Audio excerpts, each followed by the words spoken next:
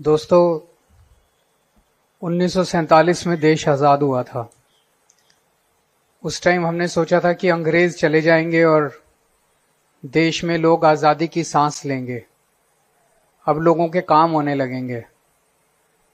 लेकिन एक तरफ अंग्रेज चले गए और देश के लोग अफसरशाही के गुलाम हो गए।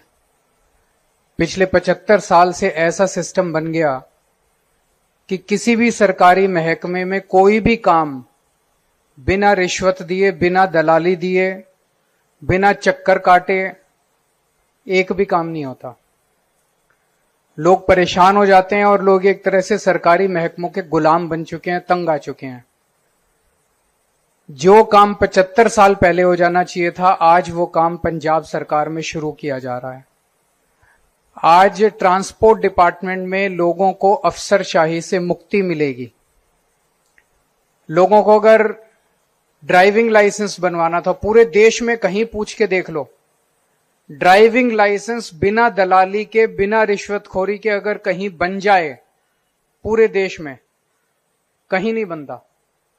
पहली बार अब पंजाब के अंदर एक फोन कॉल करोगे, 1076 पे कॉल करो, आपके घर आके आपका ड्राइविंग लाइसेंस, आपका फिटनेस, आपका आरसी, आपका परमिट आपके घर आके देके जाएंगे।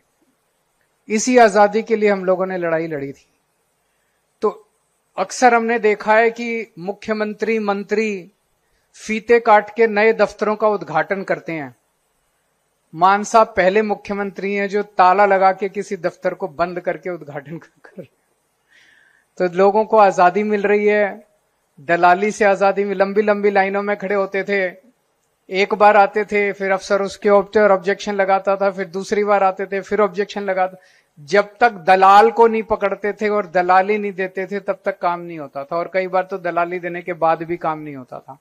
अब कोई दलाली देने की जरूरत नहीं है, कोई लाइनों में खड़े होने की जरूरत नहीं है, कुछ नहीं है।